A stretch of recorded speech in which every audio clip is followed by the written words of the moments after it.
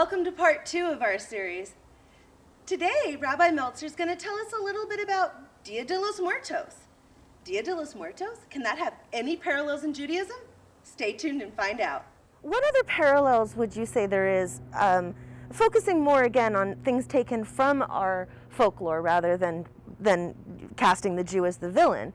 But what other parallels would you say that there are from our folklore and modern Halloween? You know, what does the moon look like on every Halloween in every Halloween movie? It's usually a full moon, right? Always a full moon. Always a full moon. Even though October 31st is not necessarily a full moon moment because of the nature of our calendar.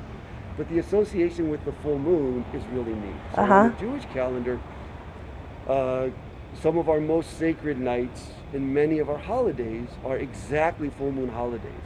So for example, Passover, Sukkot that just passed. Sukkot even better because it's about outdoors and the night and the other association with ghosts and the Ushpizini La'in, the exalted guests and all the rest. It's a full moon holiday. So associations to the moon, I think, are lovely. Even though Halloween isn't necessarily a full moon experience. There are other traditions where this time of year is specifically related to the veneration of our ancestors, Dia de los Muertos and other days. And so for most Jews, Yizkor at Yom Kippur, again, on the earlier side of the season perhaps, is, even though Yizkor is recited 4 times throughout the year, that's the core moment, and so obviously if you were inside here, not this year, but last year for Yizkor, it looks very, very different than if you observe Dia de los Muertos with your family and your community.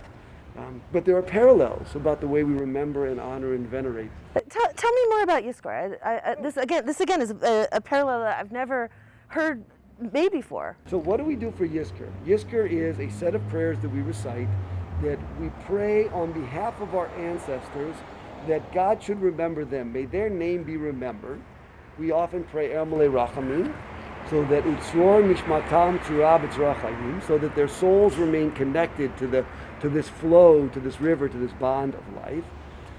And 4 times a year, on Yom Kippur and on 3 festivals, Sukkot, Pesach, and Shavuot, we observe this short service of remembering, but it's not our remembering. We want their name to be remembered. So there are a lot of parallels to things like Dia de los Muertos. We light candles.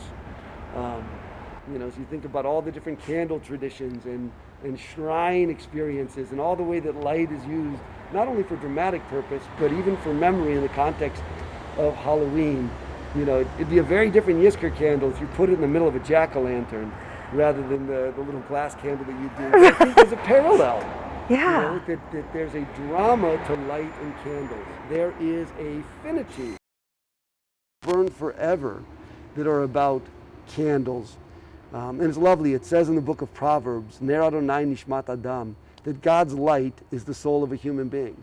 So it's almost like you walk around like a living candle of God's light.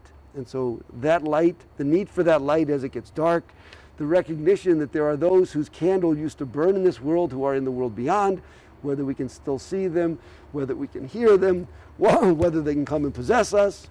And we each acknowledge that our own candle will not burn in this world forever. That please God, we should be blessed with 120 good years. But like my jack-o'-lantern, by the 2nd week of November, not only is the candle out, but the whole pumpkin is kind of imploded on itself, and it's time to get rid of it before the rodents in the neighborhood get it. So there's a lot there as well. Wow.